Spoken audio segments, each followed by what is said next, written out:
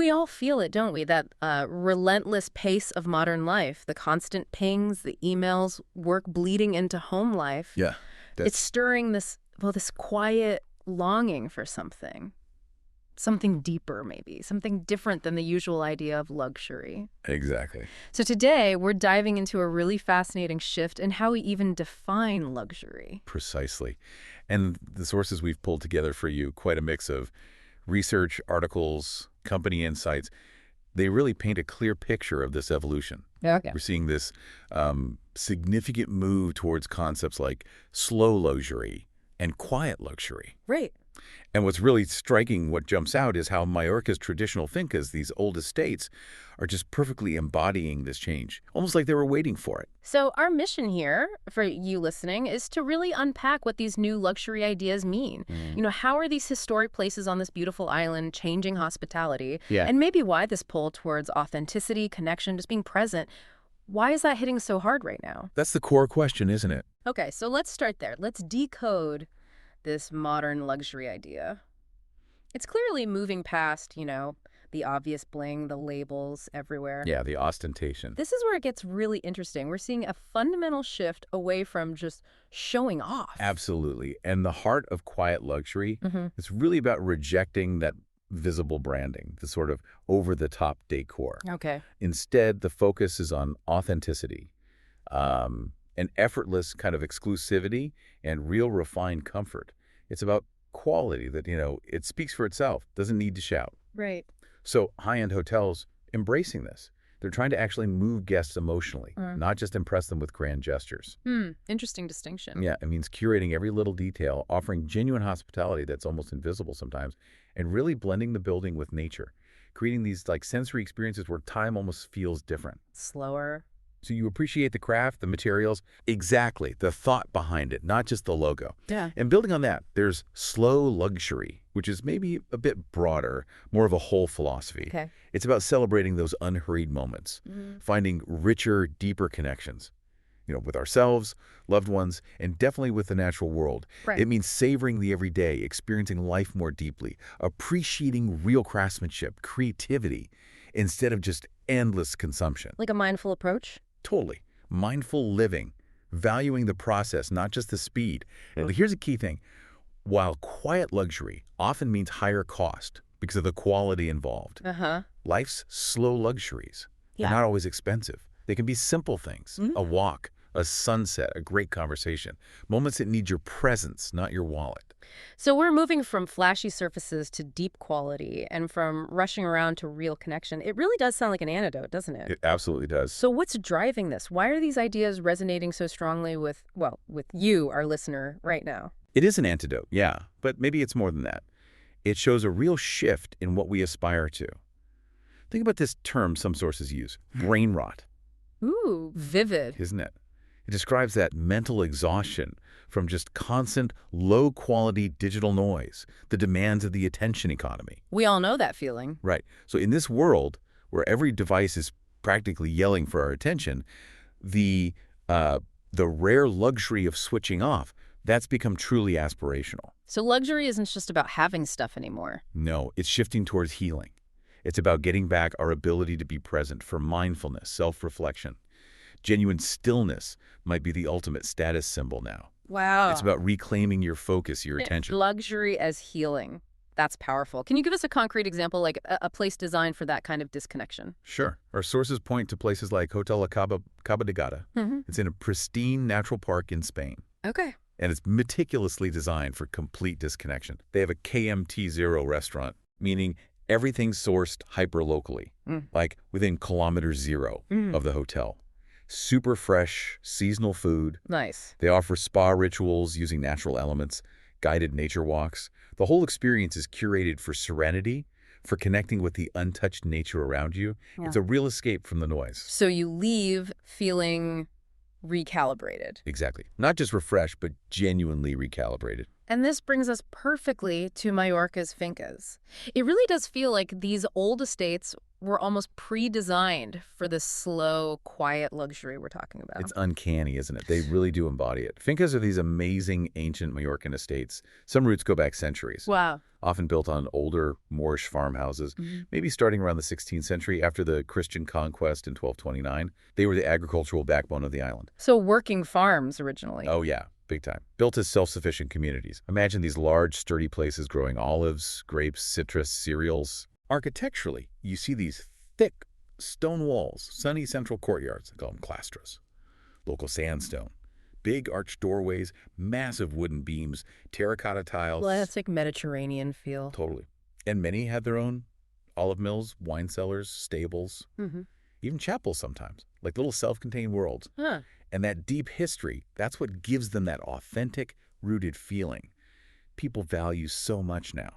Now, how they're used has changed dramatically, of course. Right. They went from these medieval agricultural hubs and grand manors, the big ones were called possessions. Possession. Yeah, signifying large landholdings.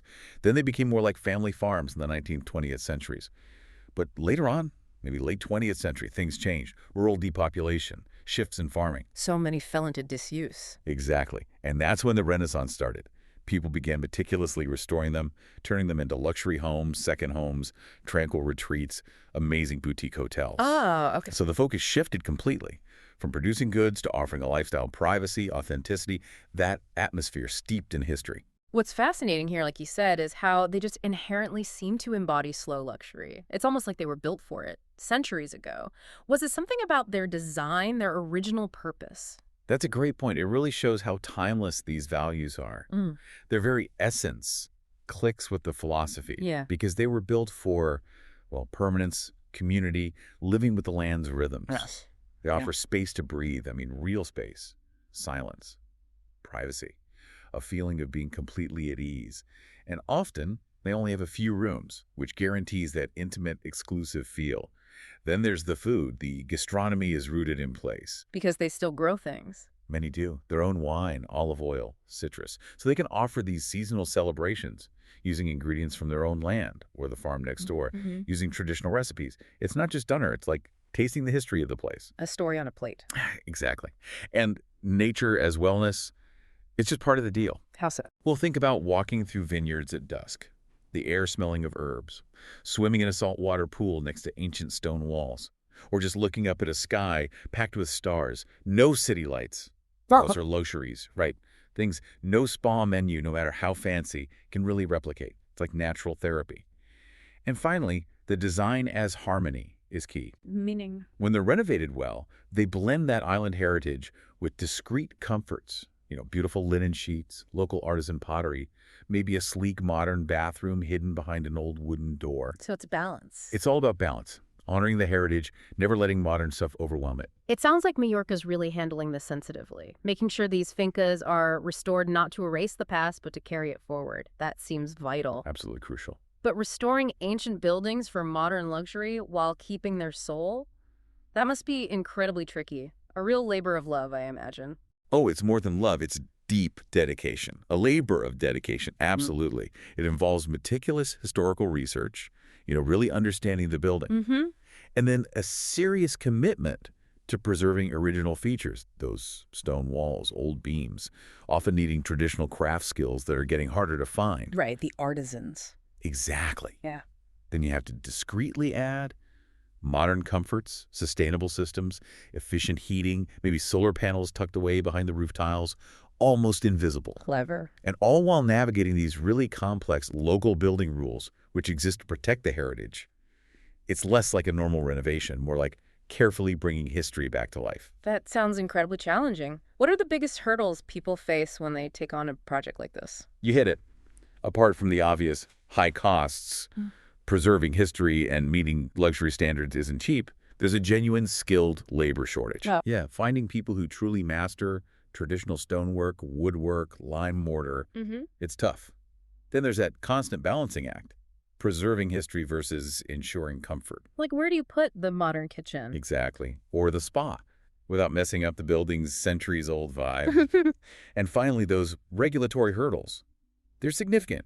Planning laws protect heritage, rightly so, but getting permits can be slow, complicated. Needs patience, expertise. But the payoff, the benefits of doing it right must be huge, not just for the owner, but for the island too. Connecting this to the bigger picture. Oh, absolutely. The benefits ripple outwards. You've got cultural preservation on a large scale, Mm-hmm. keeping Mallorca's unique architectural mix Roman, Moorish, Catalan influences alive. It creates real economic boost, Mm-hmm. attracts high-value tourists seeking unique, authentic experiences, people willing to invest in that. Which means jobs. Yes. Jobs in specialized restoration, local crafts, high-end hospitality. Plus, there's a clear increased property value for owners who restore thoughtfully and critically by using eco-friendly materials, energy efficiency. These projects boost environmental sustainability. Yeah. They set a standard for responsible development. It's clear this whole evolving idea of luxury isn't just theory, it's creating a new kind of travel experience. And companies like Luxure, they seem to be right there, translating this philosophy into real journeys. They really do. What makes their approach work so well for this new luxury traveler? The Luxury Experiences really gets it.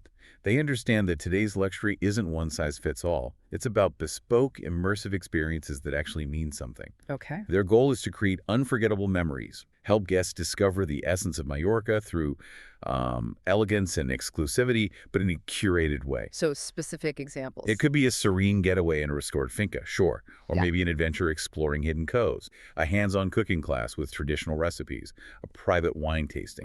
Very tailored. Exactly. Yeah. Personalized moments, offering deep cultural immersion, genuine connection. It's more than a holiday. It's designed to be, well, maybe even transformational. And their scope seems quite broad, too. It's not just individual trips. They do specialized training for teams, business consulting that suggests a bigger view of the luxury sector. It does. And they even have an LGBT plus by Luxure initiative, Yeah. offering a queer-focused experience that values authenticity and inclusion, plus the Shop by La Luxure for curated items. It makes you wonder, what does this wide-ranging approach tell us about where luxury is heading?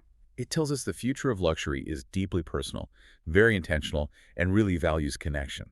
If you look at their philosophy, it perfectly mirrors what we've been discussing. Yeah. Here, luxury is not loud, it whispers. Right. It's about that subtle intentionality, respecting the culture, offering truly personalized service. That's the spirit of slow luxury, not just flashy displays. And the LGBT plus initiative. That's a great example. It's not just a niche market. It shows how modern luxury embraces individuality, belonging, recognizing that authenticity and inclusion are key to creating really rich, memorable experiences for all kinds of travelers. They're curating for that deeper desire for connection, authenticity, feeling truly seen. So we've covered a lot, from unpacking slow and quiet luxury to seeing how Mallorca's fincas are this incredible embodiment of the shift, all while preserving history. It's quite a story. It really is. And think about it. In an age of packed schedules, crowded places, constant demands on our attention, the finca offers something radical: stillness. It's kind of revelation, isn't it? Yeah. That true luxury isn't just about having more stuff or more opulence. It's about fundamentally recalibrating our relationship with time, with ourselves. The freedom to be present. Exactly. Not just in a beautiful location, Right. but within yourself. Yeah. So simple, yet revolutionary today. True luxury, maybe, is about immersion, savoring, connecting, living in sync with the land. That's a powerful vision. Really reframes value. But I guess the question is there a risk stillness and authenticity just become the new things to chase, another form of consumption? It's a fine line. That's a very insightful point to consider, a potential pitfall. We encourage you, listening, to think about how you might bring more slow luxury into your life. Finding value in being intentional, connecting, whether that's planning a trip to a finca someday or just in your everyday moments. It seems the future of hospitality, maybe even how we live, is moving towards refinement and authenticity, walking hand in hand, inviting us all to find a richer, more present way of being.